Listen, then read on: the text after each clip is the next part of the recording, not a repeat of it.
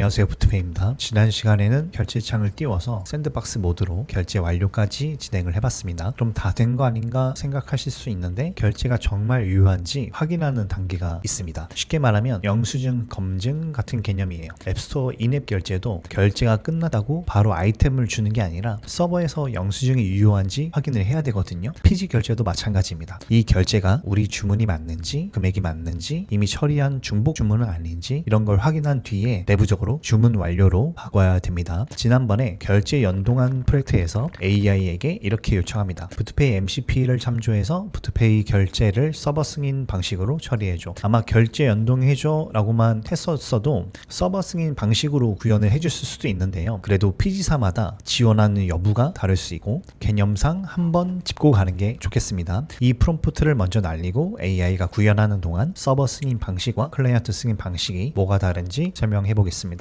먼저 서버 승인 방식입니다. 결제 창이 열리면 고객은 카드사 앱에서 인증을 하게 됩니다. 인증이 완료되면 PG 결제 창으로 다시 넘어오고 그 결제 창에서 결제 완료 버튼 눌렀을 때 승인이 처리되는 거예요. 카드사 앱에서는 인증만 하는 거예요. 인증이 끝나면 다시 PG사 결제 창으로 돌아오고 PG사가 실제로 결제를 승인하기 직전 단계까지 와 있는 거죠. 부트페이 요청에서 특정 파라미터를 true 값으로 보내면 PG사가 최종적으로 결제를 승인하기 전에 이벤트를 받을 수가 있습니다. 이 이벤트로 결제를 승인할지 말지 정할 수 있는 거예요. 이걸 분리 승인이라고 합니다. 이 시점에 서버에서 확인을 하는 거예요. 상품이 유효한지, 재고가 남아있는지, 주문번호가 맞는지, 금액이 맞고 쿠폰이나 적립금 사용이 타당한지, 이미 처리된 주문이 아닌지 등등을 검증할 수 있겠죠. 문제가 없으면 서버에서 승인 요청을 보내고 승인 응답이 성공이면은 주문 완료로 바꾸면 됩니다. 이게 서버 승인 방식이고요. 반대로 클라이언트 승인 방식은 일단 결제를 승인한 다음에 처리합니다. 흐름은 이렇습니다. 클라이언트에서 결제 완료를 하고 서버에서 결제를 조회하고 이때 검증을 합니다. 금액과 주문번호 확인 등등을 하고 문제가 있으면 취소 처리를 하는 거죠. 이러한 방식도 가능은 한데 다만 결제가 먼저 완료되고 그 뒤에 우리 서버가 확인하고 취소하는 복잡도가 있죠. 서버 요청이 실패하거나 사용자가 결제 후 화면을 닫거나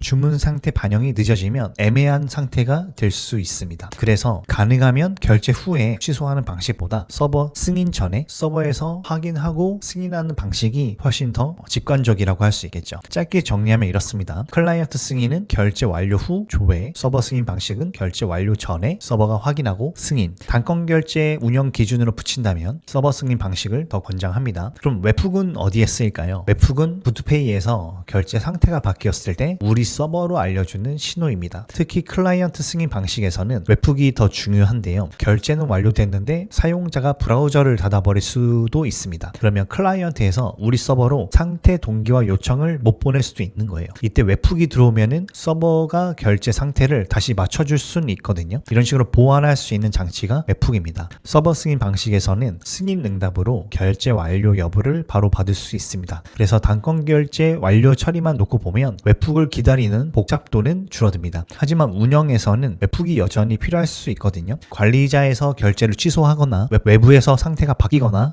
나중에 주문 상태를 다시 맞춰야 할 수 있기 때문에 웹훅으로 보완하는 것을 클라이언트 승인이든 서버 승인이든 상관없이 추천드리는 바입니다. 웹훅을 설정하는 방법은 개발자 설정에서 웹훅 설정으로 가시면은 이곳에서 설정을 할 수가 있고요. 부트페이는 특성상 결제와 커머스로 기능의 레이어가 나눠지는데 현재는 결제만 보시면 되겠습니다. 결제 웹훅에서 웹훅 설정하기라고 하는 버튼이 있습니다. 이거를 클릭하시면 여러분들이 서비스를 배포를 하면 배포 링크가 나올 텐데 그 URL에 웹훅을 받으실 주소를 입력하시면 되겠습니다. 예를 들면 제가 이런 서비스를 데모로 제공을 하고 있거든요. 페이피지라고 하는 데모 페이지를 제공을 하고 있는데 이 페이지에서 웹훅을 받고 싶다라고 하면 일단은 복사를 하고 이 페이지 어딘가에 웹훅을 받겠다라고 이제 설정을 하시는 거죠. 그러면 이 도메인에 해당하는 웹훅이라고 하는 컨트롤러 또는 API 요청을 받을 수 있는 함수를 하나 만들고 여기에서 웹훅을 들어왔었을 때 처리를 해달라 이런 식으로 AI한테 요청을 해서 구현하시면 되겠습니다. 그래서 URL을 입력하시고 컨텐츠 타입도 선택할 수가 있습니다. 폼 URL로 할 건지 어플리케이션 JSON을 할 건지 여기서 데이터 컨텐츠 타입을 정할 수가 있고 어플리케이션 JSON으로 설정을 하고 그 다음에 웹훅은 이제 결제 상태가 바뀌었을 때 전달이 되게 되는데